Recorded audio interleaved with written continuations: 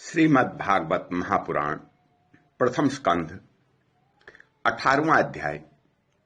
इस अध्याय में आज आप सुनेंगे राजा परीक्षित को श्रृंगी ऋषि का शाप।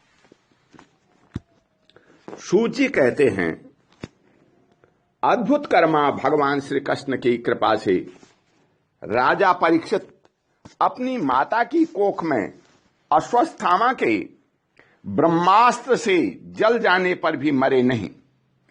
जिस समय ब्राह्मण के शाप से उन्हें डसने के लिए तक्षक आया, उस समय वे प्राण नाश के महान भय से भी भयभीत नहीं हुए, क्योंकि उन्होंने अपना चित्त भगवान श्री कृष्ण के चरणों में समर्पित कर रखा था। उन्होंने सबकी आसक्ति छोड़ दी, गंगा तट पर जाकर श्री सुखदेव जी से उपदेश ग्रहण किया और इस प्रकार भगवान के स्वरूप को जानकर अपने शरीर को त्याग दिया। जो लोग भगवान श्री कृष्ण की लीला कथा कहते रहते हैं, उस कथामृत का पान करते रहते हैं और उन दोनों ही साधनों के द्वारा उनके चरण कमलों का स्मरण करते हैं, उन्हें अंतकाल में भी मोह नहीं होता। जब तक पृथ्वी पर अभिमन्यु नंदन महाराज परीक्षित सम्राट रहे, तब तक चारों ओर व्याप्त हो जाने पर भी कलयुग का कुछ भी प्रभाव नहीं था। वैसे तो जिस क्षण श्री कृष्ण ने पृथ्वी का परित्याग किया, उसी समय पृथ्वी में अधर्म का मूल कारण कलयुग आ गया था। भ्रमर के समान सारग्राही सम्राट परीक्षित कलयुग में कोई द्वेष नहीं रखते थे, क्योंकि इसमें यह एक बहुत बड़ा गुण है कि पुण्य कर्म तो संकल्प मात्र से ही फलीभूत हो जाते हैं, परंतु पाप कर्म का फल शरीर से करने पर ही मिलता है, संकल्प मात्र से नहीं। यह भेड़िए के समान बालकों के प्रति शूरवीर और धीरवीर पुरुषों के लिए बड़ा भीरू है। यह प्रमादी मनुष्यों को अपने बस में करके सदा सावधान रहता है। हे शौनकादि ऋषियों, आप लोगों को मैंने भगवान की कथा से युक्त राजा परीक्षित का पवित्र चरित्र सुनाया। आप लोगों ने यही पूछा था। भगवान श्री कृष्ण कीर्तन करने योग्य बहुत सी लीलाएं करते हैं, इसलिए उनके गुण और लीलाओं से संबंध रखने वाली जितनी भी कथाएं हैं, कल्याणकारी पुरुषों को उन सब का सेवन करना चाहिए। ऋषियों ने कहा, सौम्य स्वभाव हे सूत जी, आप युग युग जीवें, क्योंकि मृत्यु के प्रवाह में पड़े हुए हम लोगों को आप भगवान श्री कृष्ण की अमृतमयी उज्जवल कीर्ति का श्रवण कराते हैं। यज्ञ करते करते उसके धुएं से हम लोगों का शरीर धूमिल हो गया है, फिर भी इस कर्म का कोई विश्वास नहीं है। इधर आप तो वर्तमान में ही भगवान श्री कृष्ण के चरण कमलों का मादक और मधुर मधु पिलाकर हमें तृप्त कर रहे हैं। भगवत प्रेमी भक्तों के लव मात्र के सत्संग से स्वर्ग एवं मोक्ष की भी तुलना नहीं की जा सकती। फिर मनुष्य के तुच्छ भोगों की तो बात ही क्या है। ऐसा कौन रस मर्मज्ञ होगा जो महापुरुषों के एकमात्र जीवन सर्वस्व श्री कृष्ण की लीला कथा से तृप्त हो जाए। समस्त प्राकृत गुणों से अतीत भगवान के अत्यंत अनंत कल्याणमय गणों का पार तो ब्रह्मा, शंकर आदि बड़े बड़े योगेश्वर भी नहीं पा सकते। विद्वान, आप भगवान को ही अपने जीवन का ध्रुवतारा मानते हैं, इसलिए आप सत्पुरुषों के एकमात्र आश्रय भगवान के उदार और विशुद्ध चरित्रों का हम श्रद्धालु श्रोताओं के लिए विस्तार से वर्णन कीजिए। भगवान के परम प्रेमी महाबुद्धि परीक्षित ने श्री सुखदेव जी के उपदेश किए हुए जिस ज्ञान से मोक्ष स्वरूप भगवान के चरण कमलों को प्राप्त किया, आप कृपा करके उसी ज्ञान और परीक्षित के परम पवित्र उपाख्यान का वर्णन कीजिए, क्योंकि उनमें कोई बात छिपाकर नहीं कही होगी और भगवत प्रेम की अद्भुत योग निष्ठा का निरूपण किया गया होगा। इसमें पद पद पर भगवान श्री कृष्ण की लीलाओं का वर्णन हुआ होगा। भगवान के प्यारे भक्तों को वैसा प्रसंग सुनने में बड़ा रस मिलता है। सूत जी कहते हैं, अहो, विलोम जाति में उत्पन्न होने पर ही महात्माओं की सेवा करने के कारण आज हमारा जन्म सफल हो गया, क्योंकि महापुरुषों के साथ बातचीत करने मात्र से ही नीच कुल में उत्पन्न होने की मनोव्यथा शीघ्र ही मिट जाती है। फिर उन लोगों की तो बात ही क्या है जो सत्पुरुषों के एकमात्र आश्रय भगवान का नाम लेते हैं। भगवान की शक्ति अनंत है, वे स्वयं अनंत हैं। वास्तव में उनके गुणों की अनंतता के कारण ही उन्हें अनंत कहा गया है। भगवान के गुणों की समता भी जब कोई नहीं कर सकता, तब उनसे बढ़कर तो कोई भी हो ही कैसे सकता है।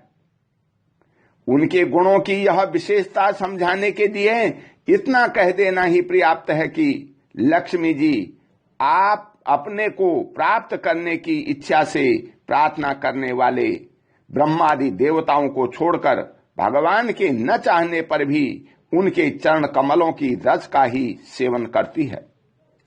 ब्रह्मा जी ने भगवान के चरणों का प्रचालन करने के लिए जो जल समर्पित किया था, वही उनके चरण नखों से निकलकर गंगा जी के रूप में प्रवाहित हुआ।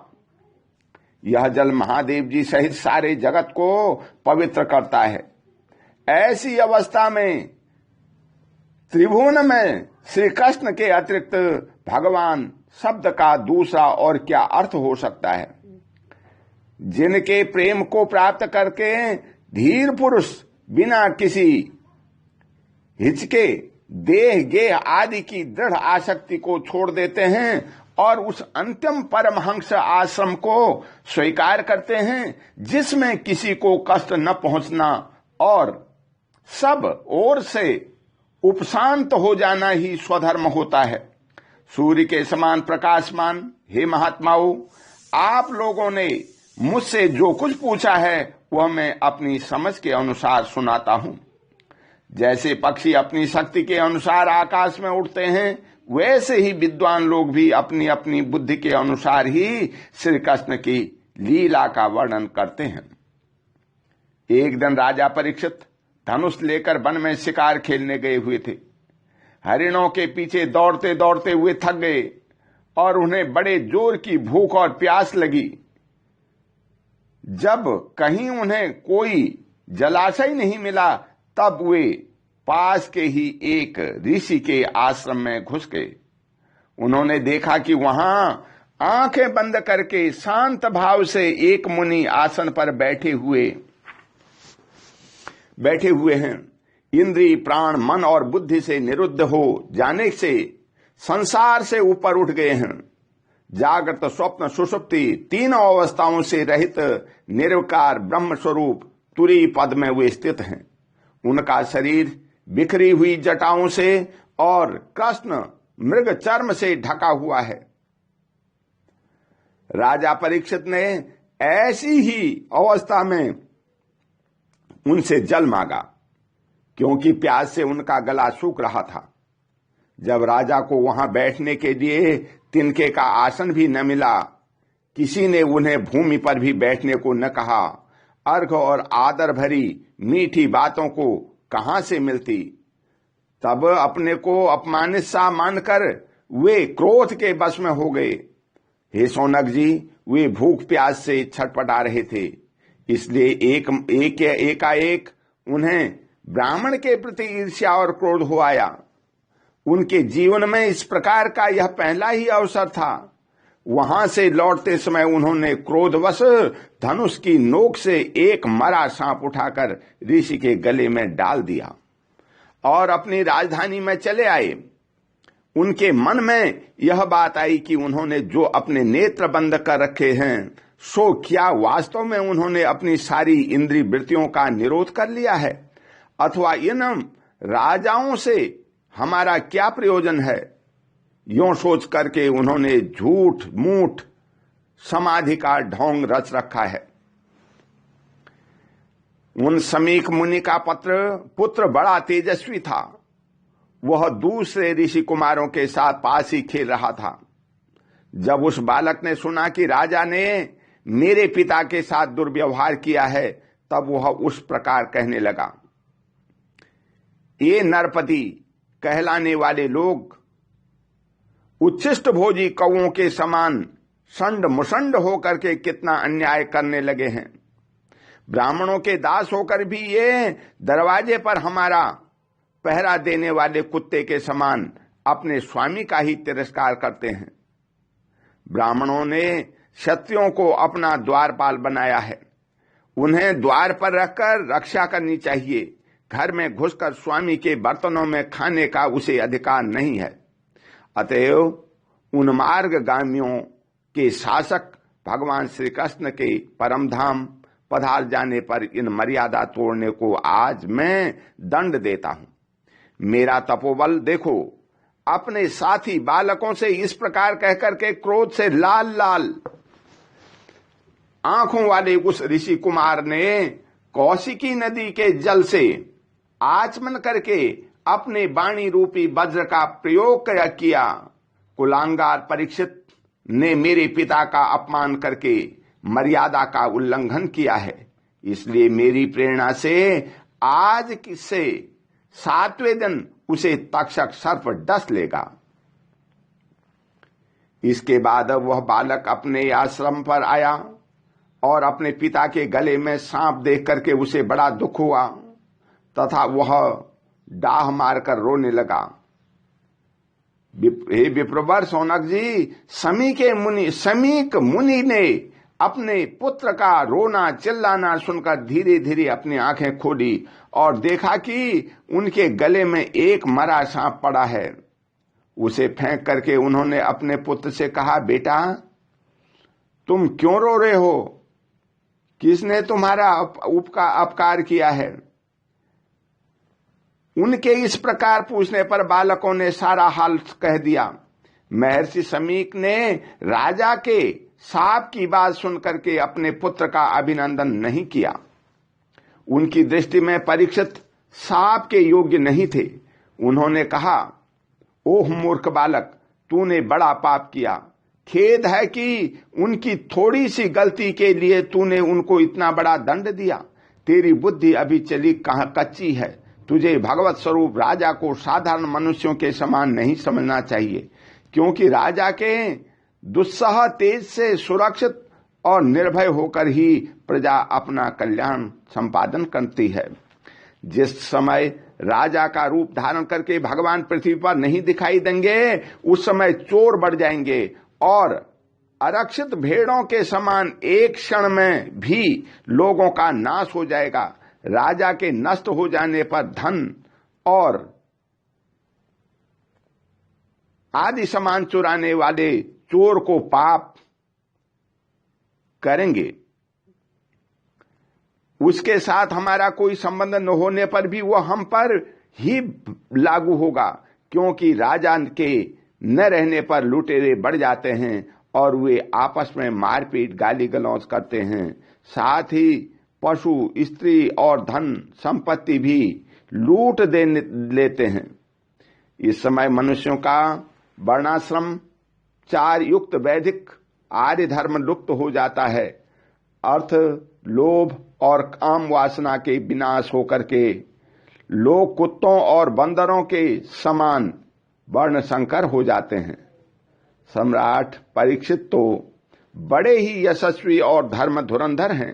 उन्होंने बहुत से अश्वमेध यज्ञ किए हैं और वे भगवान के परम प्यारे भक्त हैं। वे ही राजर्षि भूख प्यास से व्याकुल होकर के हमारे आश्रम पर आए थे। वे साप के योग्य कदापि नहीं हैं। इस नासमझ बालक ने हमारे निष्पाप सेवक राजा का अपराध किया है। सर्वात्मा भगवान कृपा करके इसे क्षमा करे। भगवान के भक्तों में भी बदला लेने की शक्ति होती है, परंतु वे दूसरों के द्वारा किए गए अपमान, धोखेबाजी, गाली गलौज आक्षेप और मारपीट का कोई बदला नहीं देते। महामुनि शमीक को पुत्र के अपराध पर बड़ा पश्चाताप हुआ। राजा परीक्षित ने जो उनका अपमान किया था उस पर तो उन्होंने ध्यान ही नहीं दिया। महात्माओं का स्वभाव ही ऐसा होता है कि जगत में जब दूसरे लोग उन्हें सुख दुखादि द्वंद्वों में डाल देते हैं तब भी वे प्रायः हर्षित या व्यथित नहीं होते, क्योंकि आत्मा का स्वरूप तो गुणों से सर्वथा परे है। ओम शांति। बोल श्री कृष्ण भगवान की जय।